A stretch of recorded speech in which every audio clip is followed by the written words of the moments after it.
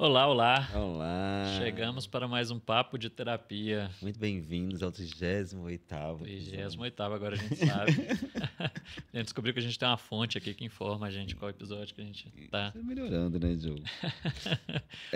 Hoje nós temos aqui conosco, Convidado mais que especial, de novo, pela terceira vez aqui com a gente. retornando ao nosso podcast. Sim. É, Que é pra quem, quem não Diogo? conhece, é o Flávio Teixeira. Flávio Teixeira, que é terapeuta sexual somático, informado sobre trauma. Seja muito bem-vindo, Flávio. Bem-vindo, Obrigado, Flávio. prazer estar aqui com Novamente. vocês de novo. Muito bom ter você aqui. A gente vai falar sempre, quando o Flávio vem cá, ele fala muito dessa questão, né, da sexologia somática e tudo, que é algo que ele faz, e faz muito bem nos atendimentos dele, nas vivências. E hoje a gente vai falar sobre a terapia sexual somática, né? Só que com ênfase no trauma, prazer e conexões. Então, se você sente que esse tema vai te ajudar, já curte esse vídeo, já manda para as pessoas também que você acha que vai fazer algum tipo de sentido, já se inscreve no canal, Com certeza. já segue se tiver aqui nos Todas as plataformas, plataformas, de tem podcast, sim. Spotify, Spotify. na Apple. Já começa a YouTube. seguir para você ter sempre o nosso conteúdo aí com você, tá bom? Então, vamos Deezer. começar? É Deezer. Que eu só tenho Deezer. Então é isso, não deixe de já entrar em contato com isso aí para se conectar com a gente sempre e seguir a nossa página também no Instagram para quem tá aqui no YouTube, tá bom? Então vamos começar, Flávio, sem delongas, né? Vamos lá. E tem uma pergunta muito legal aqui, né? Por que que é essencial falar sobre sexualidade, trauma e o papel do corpo na cura? Muita coisa, né? Então, Já vamos começar já. Dois pés nas portas. só para quem não conhece o Flávio ainda, fala um pouquinho do que é terapia somática, assim, a terapia sexual somática. O que que é isso? Ok. Então, sejam bem-vindos todos. É um prazer estar aqui de novo. E vamos lá ao tema. Sim. Bom, a terapia sexual somática, ela tem uma base na neurociência e nos novos estudos da neurociência, que hoje a gente chama também de teoria polivagal. É uma teoria que estuda o funcionamento do sistema nervoso autônomo, que é uma parte do nosso sistema nervoso que decide as coisas de acordo com a leitura que ele faz do ambiente, das relações, de como você se sente no corpo. Sim. Então, se o sistema capta sinais de segurança, ele responde de uma forma. Se ele capta sinais de alerta ou de perigo, ele vai reagir de uma outra forma. E isso vai influenciar no tanto que você está aberto, disponível para se conectar com o seu corpo, com outras pessoas, e como isso também pode impactar na sua resposta sexual. Então, entender sobre isso faz parte do processo da terapia somática sexual, porque é como isso interfere na sexualidade. Não só no sexo, porque sexualidade não é só sobre sexo, mas como isso interfere em você ser você mesmo, em você ser autêntico, em você ter relacionamentos saudáveis, criar vínculos saudáveis, as conexões na hora do sexo, o prazer, o orgasmo, as funções sexuais, tudo isso está ligado à sexualidade. O seu nível de vitalidade, a sua criatividade, o seu bem-estar, a sua espontaneidade. Então, tudo isso interfere, né, na sexualidade. Tudo isso se refere ao que é sexualidade. O somático é sobre isso, vai somatizando até chegar na sexualidade em si. O somático pode falar de somatizações, mas ele pode falar também de comportamentos. Sim. Porque quando você tem uma alteração somática que tem a ver com a disfunção do sistema nervoso autônomo, simpático e parasimpático, a gente vai ter ou uma expressão disso em um sintoma, ou pode ter uma expressão disso em um comportamento, como, por exemplo, hábitos e vícios. São comportamentos e podem estar ligados a uma disfunção do sistema nervoso, que pode ser um estresse, mas pode ser também um resultado de trauma. Que a gente vai falar mais aí, a gente vai diferenciar o que é uma resposta ao estresse e o que é uma resposta traumática. E a gente tem um podcast só sobre vício, pornografia também, que a gente gravou, também. né? Tá aqui, pode ir lá, quem quiser procurar esse vídeo, Procura né? na listinha aí. Sim, tá lá, que a gente falou bastante sobre isso. Então vamos pro tema de hoje, que é a questão do trauma, né? Como que ele vai afetar a nossa sexualidade, assim? E como que ele afeta? Ótima pergunta. Eu acho que uma coisa importante de falar primeiro é o que é trauma. Sim. Definir trauma. Trauma não é sobre o evento. Trauma é o resultado daquele evento que se perdura no tempo. E que acontece uma traumatização porque aquela pessoa ela não tinha recursos para lidar com aquilo, estava numa situação de desamparo.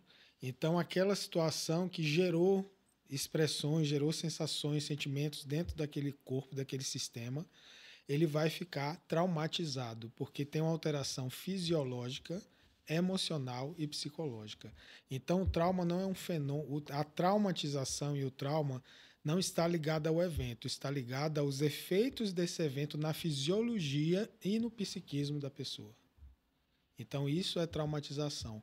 Algo pode ter me atravessado e não me traumatizar. Algo pode ter atravessado vocês. O mesmo evento atravessado vocês e vocês se traumatizarem. O que é que vai diferenciar? Quem tinha recursos para processar aquilo, para lidar com aquilo. Se o seu sistema nervoso ele conseguiu sentir, liberar e integrar, ou se ele não conseguiu sentir, liberar e integrar, se aquilo ficou em traumatização. Geralmente na infância isso acontece muito, né? Porque criança não tem recurso emocional e nem mental para lidar com quase nada, né? Quando acontece na infância, a gente chama isso de trauma de desenvolvimento. Quando são traumas que não são também não é um trauma que acontece uma vez, episódico. É um trauma que acontece várias vezes. Como, por exemplo, crianças que constantemente passam por negligência emocional ou física, abuso físico ou emocional. Isso gera trauma, que a gente chama de trauma de desenvolvimento. E vai definir como a pessoa cria vínculo e apego emocional na vida. E isso vai interferir nas questões dos relacionamentos, por exemplo. Tem gente que, por conta disso, desenvolve um estilo de apego evitativo. Vai ser uma pessoa que evita o vínculo e a conexão. Então, no campo da sexualidade, por exemplo, são pessoas que podem ser muito desenvoltas no sexo casual, mas impessoal, por exemplo, porque elas evitam o apego, evitam o vínculo afetivo. Porque alguns traumas da infância fizeram elas desenvolverem um comportamento adaptativo onde o vínculo e o apego emocional é algo ameaçador. Então, para fugir dessa ameaça, ela vai ter um comportamento de evitar. Você acha que, de uma certa forma, a nossa sexualidade geralmente vai falar bastante sobre os traumas mesmo que a gente teve? É um local mesmo em que sempre vai somatizar nesse lugar? Ou não? Eu sinto que, assim, dizer que sempre, talvez seria... mas muito.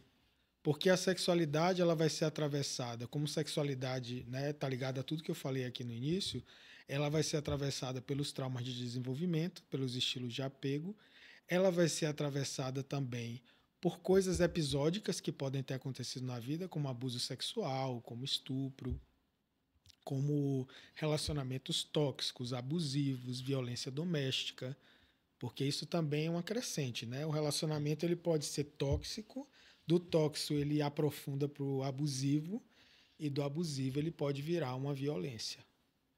E tem gente que vivenciou isso na infância vendo os pais, mas tem gente que viveu isso também em alguma fase da vida. E o trauma também ele pode atravessar você em qualquer... Ele é o inusitado, ele é uma situação adversa, ele pode te atravessar em qualquer momento. Agora, o trauma vivido na infância, ele tem um impacto maior, porque você está em desenvolvimento do sistema nervoso. Então, vai impactar bem na hora que você está em desenvolvimento. Mas isso também não é uma sentença. É possível trabalhar isso, é possível reprocessar isso e remodelar essa fisiologia, porque nós temos um conceito dentro da neurociência que se chama neuroplasticidade. O nosso sistema nervoso ele tem uma capacidade plástica de se reorganizar. Então, com os estímulos certos, com os trabalhos e as intervenções corretas, aquilo que estava fixado naquela fisiologia do trauma e dos comportamentos adaptativos diante disso podem ser remodelados e dando margem à mudança de padrões e à mudança de comportamentos. E também a mudança de situações que já estão somatizadas, ou seja, já estão no físico, né? Flávio, eu acho importante a gente pegar, né? Achei muito legal isso que você falou de como o trauma tem muito mais a ver como eu lidei com aquela situação, né, do que o que realmente aconteceu.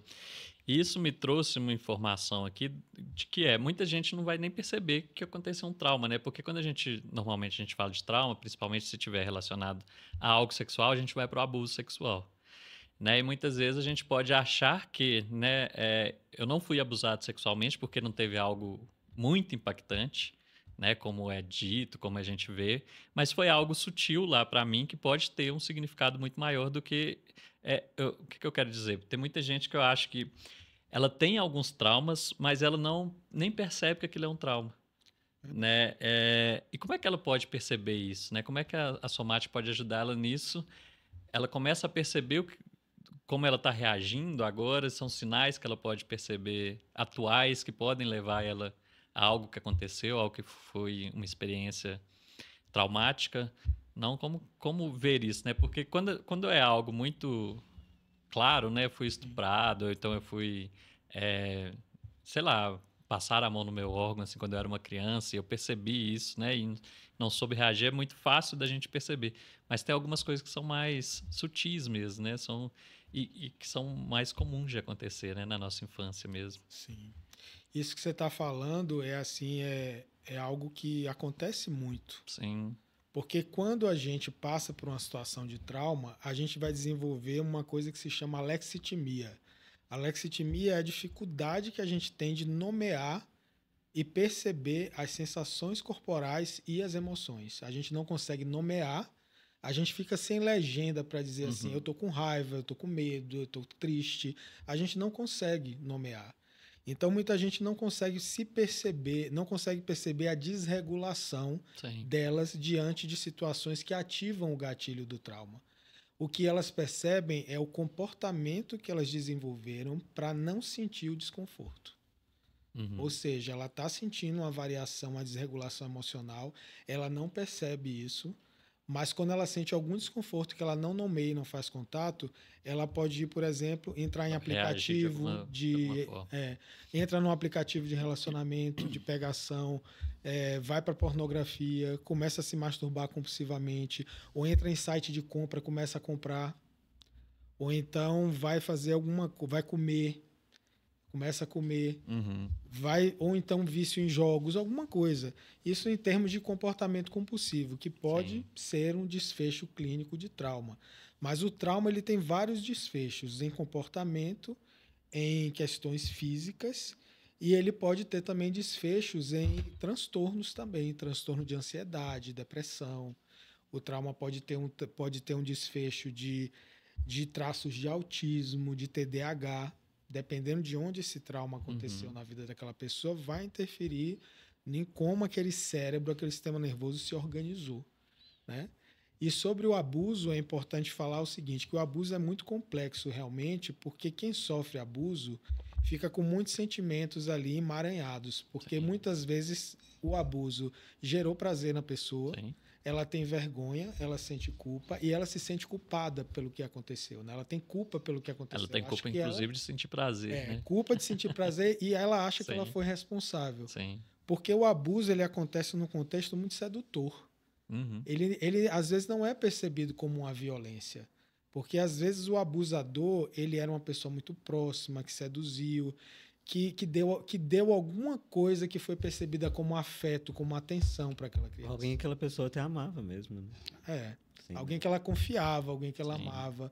E que muitas vezes aquela criança tinha tanta carência e necessidade de toque, de afeto, de ser vista, que o momento do abuso, de alguma maneira, trouxe isso para ela e ela permitiu que o resto viesse junto, até porque ela não entendia o que estava acontecendo, ou porque ela não, né, era uma criança muito pequena. E aí tudo isso fica emaranhado. E depois ela vai reproduzir isso nas relações sexuais e nas relações também afetivas que ela tem. Porque o caráter do abuso pode começar a ser um padrão familiar, porque é conhecido, é vivido, e a pessoa começa a ter relacionamentos afetivos e sexuais na dinâmica do abuso. Você deu 2 exemplos interessantes, que é essa questão da evitação e da ansiedade, né? Como forma de se relacionar. Então, dentro do trauma, ela pode seguir vários caminhos, claro. A gente percebe muito esses dois, assim, uma pessoa evita muito entrar em contato com a própria sexualidade, ou ela fica numa ansiedade muito grande. Sim, e tem 4 estilos de apego hoje, né, que a Sim. gente que é estudado assim, mapeado. O evitativo, que evita o vínculo e a conexão. Sim. O ansioso, que anseia muito por isso. O ambivalente, que ele flutua entre os dois, horas ele evita, horas ele fica ansioso. E o desorganizado, que é aquela pessoa que se desorganiza completamente diante do vínculo. O desorganizado, geralmente, ele cresceu em um ambiente onde as pessoas que deveriam cuidar e proteger foram os abusadores. Sim. Os evitativos são aqueles que percebem que eles não podem contar com o outro. Então, eles começam a desenvolver uma coisa de muito voltado para autonomia, independência, mas isso vai para o extremo, naquela coisa de realmente não conectar com o outro e não criar nenhum tipo de vínculo mais profundo com o outro. Então, vai focar muito no trabalho, na autonomia, na independência. O ambivalente é aquele que horas ele recebia o apoio, o afeto, o amparo, horas não recebia. Então, ele fica nessa dinâmica de horas ele quer muito, horas ele afasta. E o ansioso é aquele que sempre estava em busca de receber, de receber, de receber. É uma coisa assim, da ansiedade de receber algo, que muitas vezes recebia, horas não recebia, mas ele desenvolve mesmo nessa dinâmica o apego ansioso. Ele não fica no ambivalente. O ambivalente e o ansioso, às vezes, eles passam pelas mesmas dinâmicas, mas uma pessoa, por algum motivo, desenvolve ambivalência e outro o ansioso. Sim. Então, a pessoa... vamos falar agora de soluções. A gente está dizendo, meu Deus, o que fazer? Reparei que eu tenho tudo isso, né? Ou alguns traços desses estão Estou fadado, acompanhando. É catastrófico. É muito difícil, né? Às vezes, eu acho que a primeira coisa que... já soltei, é muito difícil. Não, gente, não é, calma. A questão tem toda uma trajetória, né? Depois que a gente se dá conta de que existe, se dá conta da nossa forma de desenvolver nossa sexualidade, afeto, a gente percebe que algo talvez não está muito bom, né? Eu acho que a primeira coisa interessante é entrar em contato com isso, tipo assim, nossa, não está muito bom, né? Se dá Tem conta algo aqui que não disso, tá tem bom. algo que eu posso olhar, Sim. né? O que pode ser feito, assim, quando alguém percebe e decide olhar para isso? A primeira coisa que a gente vai fazer é promover regulação emocional, que significa o que regulação emocional? Aprender a nomear as emoções, a entrar em contato com as emoções em um espaço seguro, é criar segurança no corpo e no sistema para que seja seguro acessar, sentir e nomear e acolher as emoções. E depois disso começar a ensinar esse cliente, esse paciente, como ele fazer a autorregulação, que é como ele pode se regular diante de um gatilho, por exemplo. Porque regulação não é calar a emoção, é abrir um espaço seguro para sentir, para acolher, aonde você não se desorganiza. Isso é regulação. A regulação te bota num lugar que você pode fluir entre as sensações e os sentimentos num espaço que a gente chama de janela de tolerância. E o papel da terapia somática sexual é ampliar essa janela de tolerância, que é esse espaço seguro onde o sentir ele é permitido, ele é seguro e é possível, para que através disso as emoções sejam sentidas, liberadas e integradas, os comportamentos possam começar a mudar e as pessoas começarem a experimentar outras formas de se relacionar e de ter prazer. Aí o padrão vai mudando. Porque o padrão não vai mudar se a pessoa ainda está com a fisiologia dela e o sistema dela todo ativado em alerta, em modo de sobrevivência, que a gente chama. Em modo de sobrevivência de alerta, ela vai para o conhecido. E o conhecido é o que ela se adaptou a fazer para sobreviver. E ainda bem que teve o recurso de adaptação e sobrevivência, porque senão essa pessoa não estaria aqui. Só que ela desenvolveu isso para sobreviver, mas isso também limita ela em viver coisas diferentes. Sim.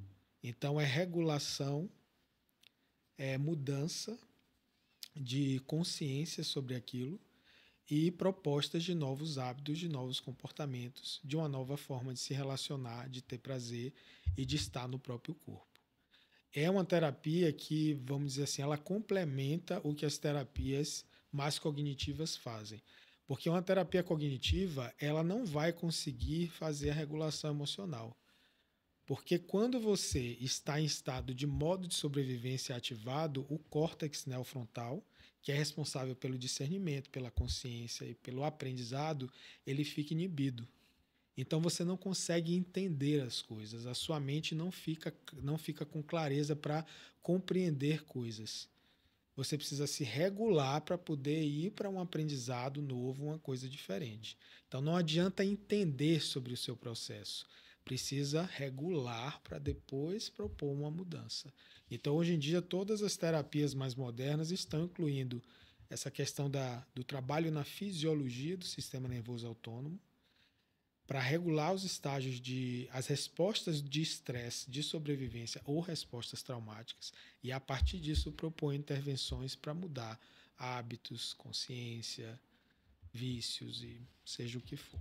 No caso, tem um acompanhamento para que isso aconteça. Um acompanhamento. Porque inicialmente uma pessoa traumatizada ela não consegue se autorregular sozinha. Ela precisa de uma outra pessoa junto com ela para acompanhar ela e guiar ela no processo de autorregulação, que é um princípio que a gente chama de corregulação.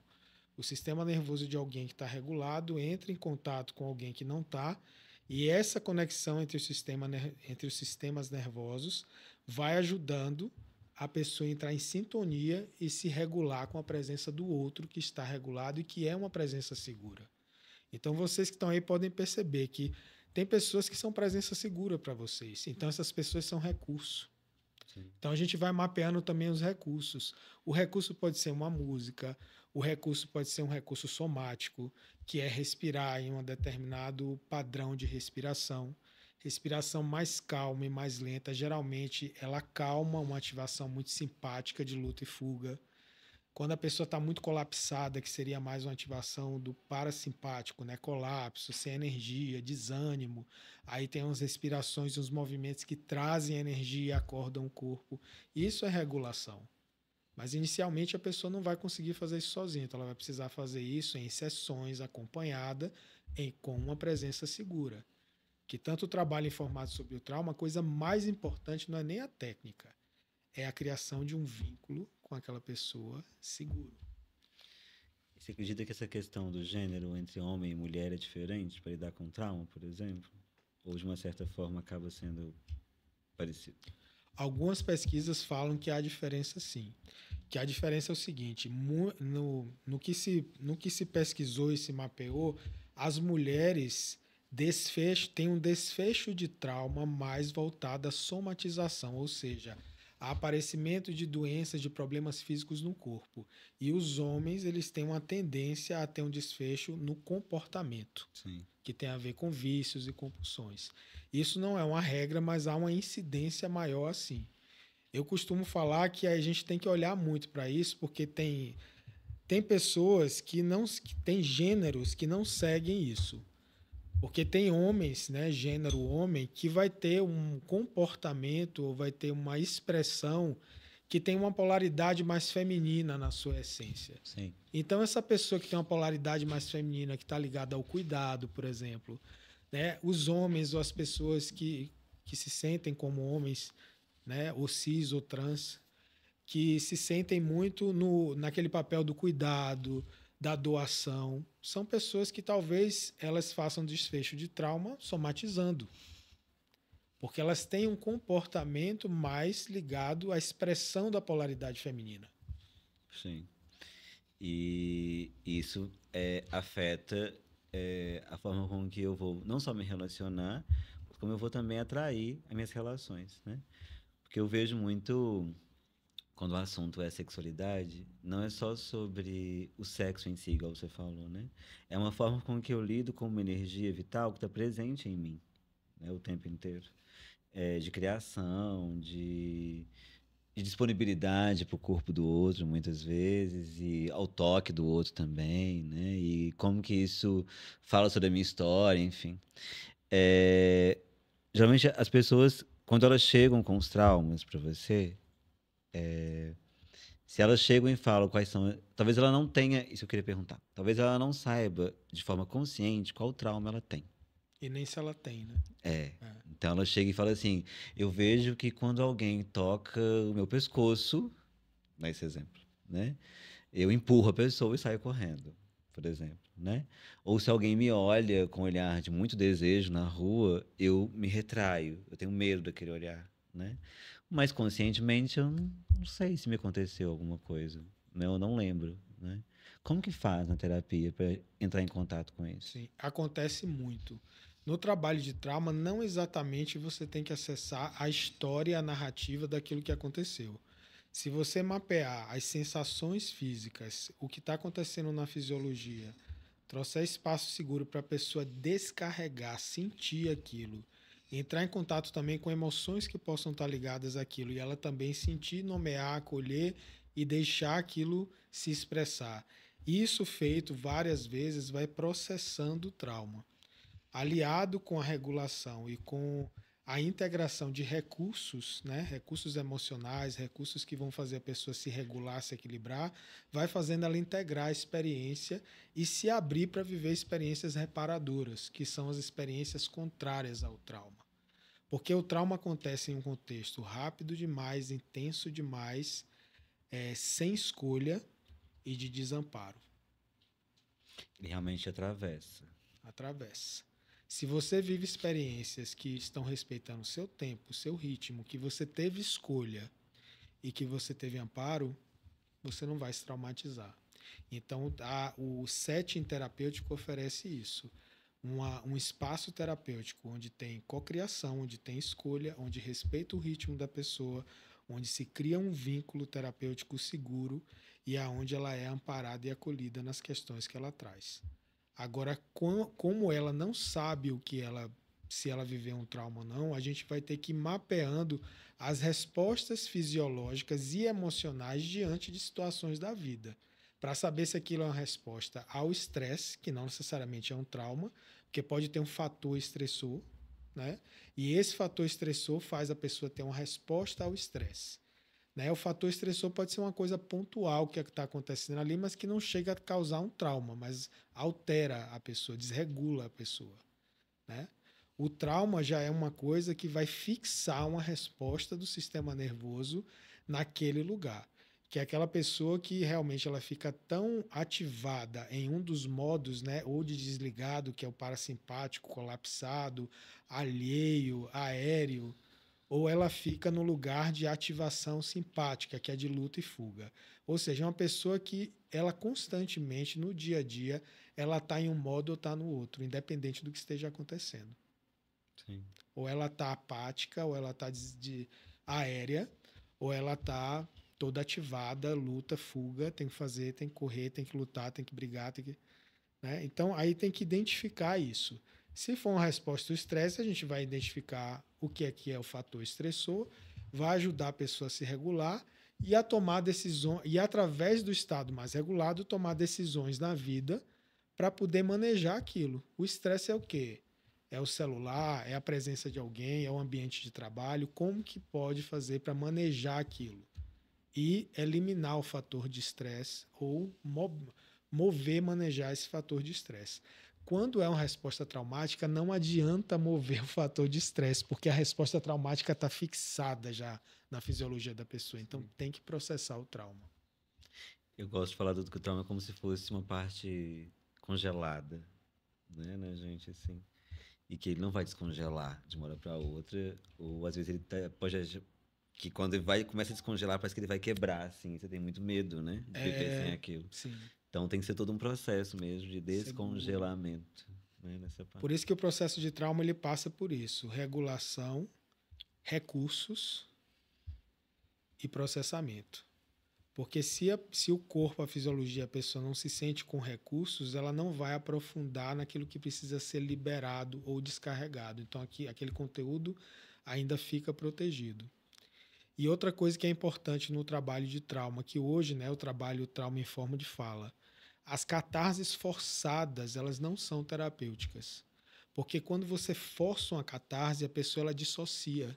Ela vai para um movimento caótico ou um movimento de anestesiamento e tem expressões que não estão na consciência. Então aquilo não é integrado. E se não é integrado, não é processado.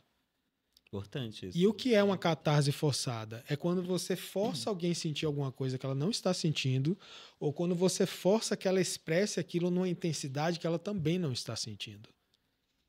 Então, o ideal é que você abra um espaço para o que está dentro dela, do jeito que estiver, tenha um lugar seguro para se expressar, mas do jeito que vem. Então, eu não falo para a pessoa, por exemplo, pega uma almofada e bate, bate, mais forte, mais forte. Isso não é terapêutico. Hoje a gente sabe que não é pelas pesquisas, que isso leva a pessoa a ter uma liberação sem integração. E o núcleo mais profundo se fecha ainda mais. Que é o que acontece em muitas vivências, né, que a gente vê por aí, que traz isso, que leva. Que a gente já fez, eu também já fiz. Todo mundo acha. Assim, já fiz também. A gente vai lá. Faz parte da nossa evolução. E a pessoa fica viciada naquela descarga, mas não resolve. Entendeu? Porque naquele momento traz algo bom. Foi aí que eu parei mesmo, comecei a ver isso. Sim. É como se você tivesse aquele final de semana, ou aqueles 4 dias, aquele tempo que seja. Né? Você vai para um outro lugar mesmo. É como se você se desligasse da sua realidade, vai para um novo lugar. Depois você volta para a realidade, na hora que vai passando o tempo, você, peraí, o que mudou, né? Exatamente. O que você vive nesse espaço de consciência, você libera, você integra. E aí a coisa é processada. Se você não vive isso no espaço de consciência, você vai sair dele. Sim. Então você vai para uma liberação no caos ou vai para uma liberação na anestesia, ou seja, aquela pessoa que apaga, e esse apagão é um apagão de anestesiamento. Que muita gente fala assim, é fuga, é resistência, mas isso é uma defesa do corpo, por isso que tem que ir no ritmo da pessoa. E aquele corpo, aquela fisiologia, aquela consciência só vai se sentir seguro para aprofundar numa questão difícil se ele sentir que tem recursos e tem amparo. Então, por isso a gente trabalha o recurso, o amparo, a regulação e a presença segura para testemunhar e acompanhar o processo. A gente cai naquele lugar, né? Que a gente gosta muito de falar aqui, que é um processo mesmo, né? A gente, no Papo de Terapia, a gente não tenta vender receitas prontas exatamente porque pula esse caminho, né? Não, eu já vou te dar algo aqui, quando você fizer isso, você vai cair ali e tá tudo resolvido. Não é isso, né? Assim, é porque a gente não sustenta, né? É isso que a gente vai percebendo. As coisas que vão vir depois de forma rápida mesmo. Sim. Assim, por exemplo, tem uma questão muito que a mente às vezes processa algumas coisas, tem insights e percepções, mas a gente não é só a mente, né? Então, exatamente. Às vezes o que vai emocional é mais lento, com certeza sempre é. Sim. Né? Para entender ou para vivenciar. Também. O corpo, até ele conseguir vivenciar um toque, né? Vamos trazer para essa questão, né? Sem talvez uma dor ou sem uma memória, isso vai precisar ser construído. Mesmo a mente já entendendo de onde vem e por que vem. Muita gente ainda fala, a pessoa pode chegar para você e falar assim, o meu trauma é esse, esse, esse. Eu consigo falar sobre isso. Né? Tem gente que vai conseguir falar sobre isso, mas isso não está processado no nível das emoções nem do corpo. Então não está integrado. Porque hoje não se fala de cura de trauma, fala de integração. Porque tem uma coisa também, todo trauma desperta um superpoder. Todo mundo que passou por um trauma despertou um superpoder, uma força que ali, por estar numa condição de tendo que lutar pela sobrevivência, algo nela desperta que estava oculto, que estava latente. E aí, quando você consegue integrar esse processo, você tem o que a gente chama de crescimento pós-traumático. Porque aí você não tem mais os efeitos do trauma desregulando você, mas você tem a integração daquela força, daquele poder que aquela situação difícil fez você ter que despertar como um superpoder. Por exemplo, eu vou falar de mim. O que é que eu despertei? Todo mundo acha minha voz tranquila, ou todo mundo me acha, nossa, como você é calmo. Hoje eu falo, eu não sou calmo, isso foi trauma. Porque, na verdade, foi trauma. Foi tanto trauma de me calar, foi tanto trauma de ter fale baixo, foi tanto trauma de você estar demais, que eu fui falando baixo, que eu fui falando manso, né? Só que depois que eu comecei, isso para mim como terapeuta é ótimo, porque essa prosódia e essa fala assim acalma as pessoas. Só que isso depois começou a me atrapalhar porque em situações que eu tinha que reagir com a fala mais forte, eu não tinha. Hoje eu tenho, graças a Deus. Hoje eu consigo ter uma fala forte, uma fala firme, ou uma fala para me defender, porque eu fiz e tenho feito os trabalhos, e aí você vai se descongelando e você vai recuperando essa capacidade de ser autêntico. Porque ser autêntico é ser uma pessoa que responde de maneiras diferentes a situações diferentes. Ser autêntico é uma pessoa que está sempre respondendo com o mesmo tom de voz, do mesmo jeito a qualquer coisa que aconteça, não é uma pessoa que está fluida na regulação, é uma pessoa que está fixada em uma resposta. E a fixação em uma resposta, em uma forma de responder, é um efeito de trauma. Interessante isso. E isso acontece muito com pessoas LGBTs, porque já vivem com um fator estressante que a gente chama de estresse de minoria, porque tudo que não é, todas as pessoas que não são hétero, cis e brancas, elas estão susceptíveis a estresse de minoria e vão passar por situações de trauma. Provavelmente vão passar por situações de trauma. E o trauma ainda extrapola isso, porque existe o trauma infantil, existe o trauma em situações da vida, mas existe um trauma chamado trauma transgeracional, que epigeneticamente já se estuda e se comprova de que nós herdamos traumas dos nossos ancestrais também. Então, a gente tem efeitos na fisiologia, na mente, no corpo e no comportamento de eventos que não aconteceu com a gente, mas aconteceu com a nossa ancestralidade. E aí vocês que são consteladores sabem bem disso e trabalham isso nas constelações. No consultório, quando isso aparece, eu uso princípios da constelação, porque eu também tenho conhecimento de constelação, fiz a formação, não sou constelador, mas uso princípios dentro do processo quando precisa, né? E isso às vezes aparece, porque o trabalho com o trauma também ele é fenomenológico, porque a gente vai seguir o que o corpo trouxer. Uhum. E quando alguém está em atenção com o corpo dela num espaço seguro, podem vir sensações, imagens, lembranças, e nós vamos trabalhar com o que vier. Um respeito mas maior. sem induzir. Né? Sim. Sem induzir. Tem um respeito maior a esse processo. Que cada um vai trazendo. Sabe o que me veio aqui quando a gente estava conversando? O que seria ter uma sexualidade saudável? Porque acho que muita gente vira e fala assim... O que seria... tem um ideal que... É um ideal ou é algo mesmo vivenciado, né? Tipo assim...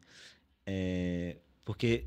Vou dar um exemplo. A gente aprende a sexualidade de uma forma muito... com um crivo e talvez um filtro muito cristão da vida. Sim. Né? Dentro da nossa sociedade, né? Eu, como quase antropólogo, dando carteirada já, eu percebo que quando a gente fala de sexualidade, culturalmente falando, ele tem um filtro muito grande de religiosidade, dependente da cultura que seja, né? Sim. É a religião que vai falar como é que você vai viver, de uma certa forma, a sua sexualidade. Então, tem uma forma saudável religiosa de se viver, que depois a gente acaba espiritualizando. Eu lembro quando eu saí da religião, mas fui para a espiritualidade, também tinha uma forma espiritual de viver a sexualidade de forma saudável, né? E quando eu saio disso, eu entro para dentro de mim e percebo que talvez a minha forma não seja nenhuma e nem outra, mas quanto isso é saudável ou não, sabe? Para mim, né? Como que eu sei que eu tô vivendo minha sexualidade talvez de forma saudável? Quando você vive a sua sexualidade dentro de todos os aspectos que ela tem e você sente que você está satisfeito, aquilo não gera danos a você, não gera sofrimentos a você, não gera danos ao outro e você se sente bem com aquilo. Né? A gente não vai trabalhar uma coisa que aquilo não causa um sofrimento para a pessoa. Muitas pessoas perguntam assim: ah, tem um amigo que é assim, assim, assim. Por exemplo, tem um amigo que se masturba todo dia e com pornografia e tal e tal. Ok, ele está em sofrimento com isso? Isso está afetando a vida dele, está lesando ele de alguma forma. Isso está afetando as relações sexuais dele, isso está afetando os afetos dele, está afetando o trabalho dele, está causando alguma disfunção erétil ou ejaculação precoce ou qualquer outra coisa. Ou ele está bem com isso e tudo para ele está funcionando. Está funcional para ele? Se está funcional, está tudo certo. Então, o que a gente procura trazer é uma sexualidade consciente. Consciente de eu estou satisfeito, eu estou bem, eu estou seguro, eu estou saudável, tem alguma coisa aqui que não está, porque a partir do sintoma, o sintoma que é aquilo que causa desconforto em você, que causa algum sofrimento em você, é que vai ser o fio da meada que vai nos levar a investigar possíveis traumas, possíveis situações ou possíveis questões que estão por trás disso. Né? Por exemplo, tem muitas pessoas que vivem a sexualidade totalmente na mente, né? No fetiche, na fantasia, e poucos sentem o corpo. Uma sexualidade, um prazer descorporificado e muito mental, chega uma hora que pode começar a trazer algum tipo de sofrimento, algum tipo de dificuldade naquela pessoa. Porque ela não se conecta com o outro. Se ela está fixada nesse comportamento, tá, gente? Eu não estou falando que fetiche e fantasia é uma coisa ruim, negativa, não. Eu estou falando de uma coisa fixada onde a pessoa só consegue daquele jeito. Eu só vivo dessa forma e só sinto prazer desse jeito. Só sente prazer desse jeito. Se você só sente prazer desse jeito, a sua conexão não é com o seu corpo, a sua conexão não é com o outro. A sua conexão é com essa história, com esse enredo, é com essa forma de fazer. Então, isso pode dificultar você tanto de estar no corpo e viver o seu prazer e as suas sensações, e ter consciência dos seus desejos e dos seus limites, e declarar desejos e necessidades, limites, quanto também pode dificultar você de se conectar a outra pessoa. Porque não é sobre a conectar com o outro, é sobre conectar com a história que você tem na sua cabeça, que é o que te dá tesão. E muita gente fica nesse lugar. E aí o que eu falo para essas pessoas? O trabalho que a gente vai fazer não vai mudar o fato de você gostar de determinados fetiches, fantasias. Aí a pessoa chega e fala assim, não vou procurar ele, não, eu gosto tanto disso. Chegar e falar assim, não pode fazer isso. Não vai mudar. Sobrar o quê, né? Porque se isso é prazeroso... Só tenho isso, meu Deus, aquele pezinho. Só tem aquele pé, aquela coisa, o espelho, filmar. Então, assim... Se você tem prazer com isso, se você tem prazer com isso, mas a fixação nisso está te trazendo sofrimento e você busca ajuda, o trabalho vai fazer uma flexibilização, né, uma regulação, uma investigação para perceber qual é a dor que existe dentro de você, que se expressou nesse comportamento para tentar lidar com a dor. E a gente vai trabalhar esse processamento da dor e a flexibilização para que os fetiches e as fantasias sejam mais uma forma de você viver seu prazer e sua sexualidade, mas não o único. Ou seja, não é como, né, o Ed deu esse exemplo da religião, né, da espiritualidade, não é como isso vai moldando, né? A religião fala que tem que ser dessa forma, a espiritualidade lá fala que tem que ser dessa forma, né? Não existe forma, né? Pelo que você me falou aí, o que eu entendi muito foi de fazer uma leitura do meio, né, que eu convivo meu, né, meu corpo, como eu estou me sentindo, como o meu corpo se sente, como que eu me relaciono com o outro, né, como que meu corpo sente essa relação com o outro, e depois fazer uma leitura do outro também, né, do outro comigo também, como que ele se sente, o que ele está trazendo ali. Está tudo ok para os dois, né, ou mais que seja, né? Se tem consentimento, se tem respeito aos limites, Sim. se é um espaço seguro para se viver isso, se está tudo acordado, ninguém não está trazendo nenhum dano para ninguém. Não está trazendo nenhum dano, não está invadindo, não está abusando, não está perpetrando o outro. Então, isso tudo está ok. Sim. Se está bem para todo mundo.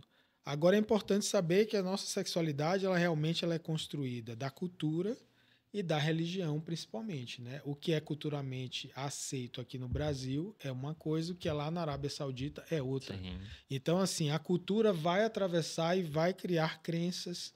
Essas crenças podem criar mitos sexuais, né? Como, por exemplo, eu estou com um cliente que ele está com questão de disfunção, né? na ejaculação, está com ejaculação rápida, e ele tem muita dificuldade de sentir o que está acontecendo com ele.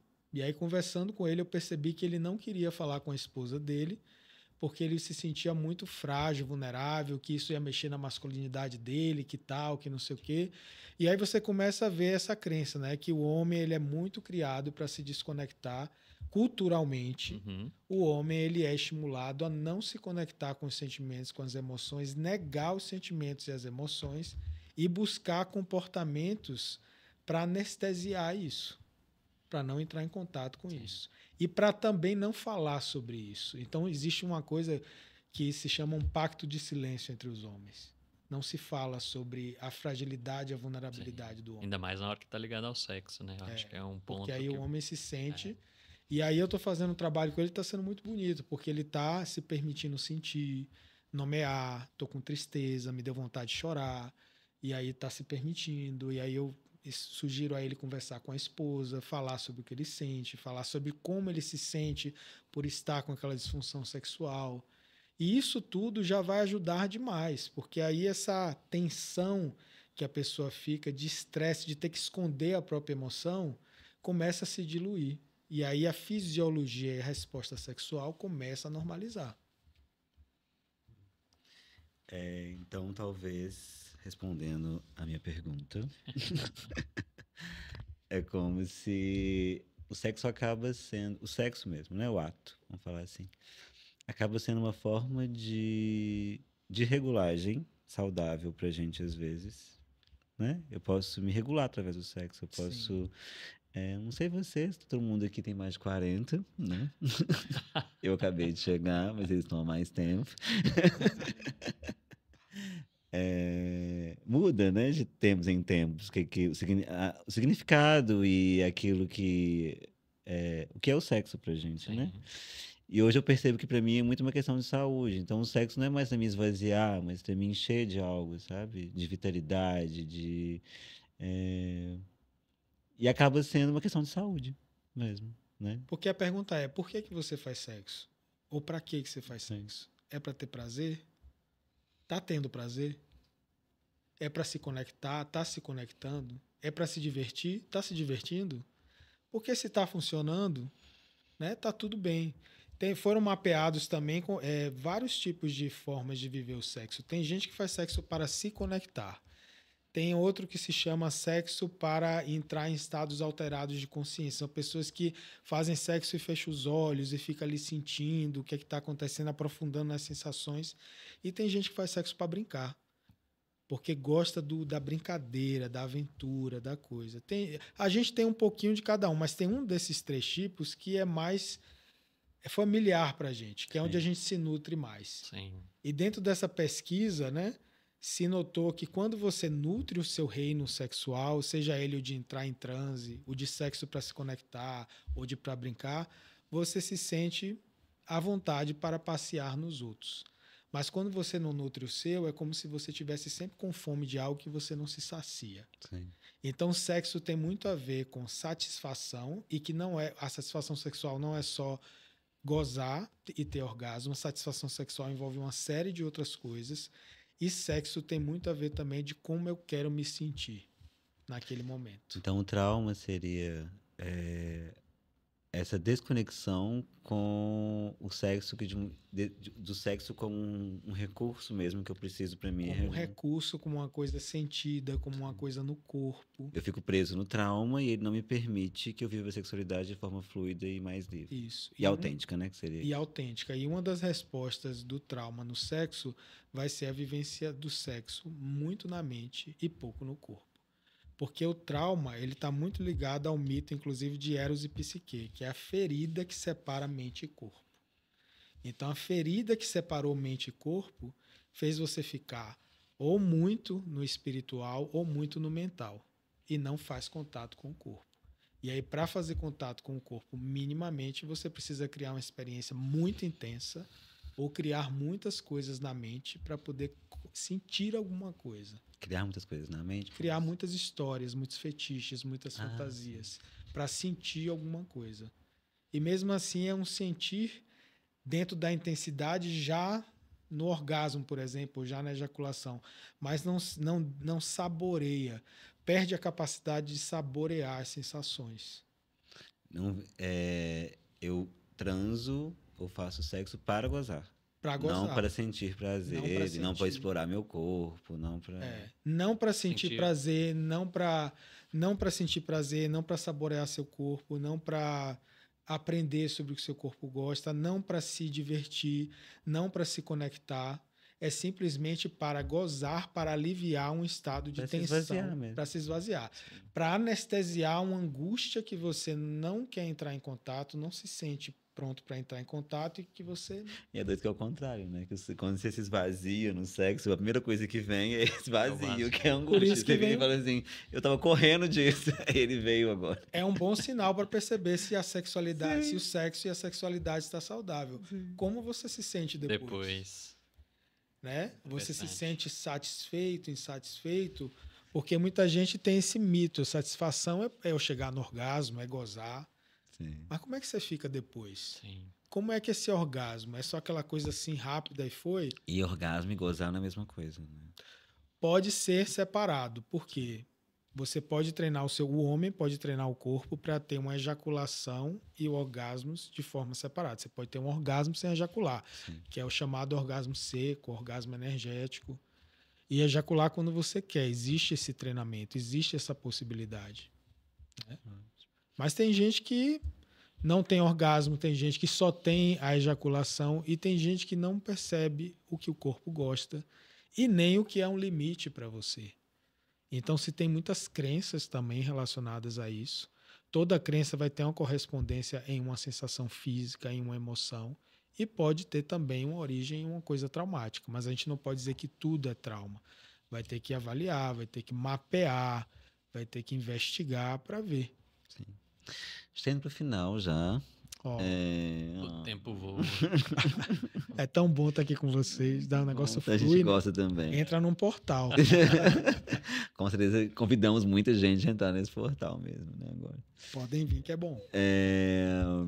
Conta pra gente o seu trabalho que você está fazendo, projetos. Então, Coloca a gente a par do Flávio agora. ok. Meu Instagram é flavioteixeira.sexólogo. Eu trabalho com sessões online de terapia sexual somática, nessa abordagem corpo-mente, comportamental, e atendo todos os públicos. Meu trabalho é mais direcionado para homens homoafetivos, mas eu atendo todas as pessoas no individual que me procurarem e se identificarem com o meu trabalho. Trabalho também com grupos, Eros Lab, que são grupos de laboratório sensorial de sexualidade consciente, e Tantra para homoafetivos, aqui em Belo Horizonte, mas também, se me chamar para ir para qualquer lugar, a gente leva. Tem as ativações de Kundalini, que é um trabalho mais energético, mais espiritual, que é para grupos também, e aí para todas as pessoas, todos, todas e todes, para todo mundo, a ativação de Kundalini. E tem uma formação que eu comecei a dar esse ano, que é de sexualidade somática, que é para profissionais, terapeutas que queiram integrar o aspecto da sexualidade com essa base em grupo. Vai ser uma turma que você vai formar. Turma. Começa quando? Essa turma vai ser, a segunda turma vai ser agora em agosto, 29, 30 e 31 de agosto. São 3 dias. São 3 dias e depois tem uma mentoria online. E aí tem uma supervisão. Esse encontro é presencial, esses 3 dias. É presencial, 3 dias. Imersivo, 3 dias. Depois tem uma prática supervisionada, uma mentoria e mais uma prática supervisionada e uma mentoria. Vamos fazer.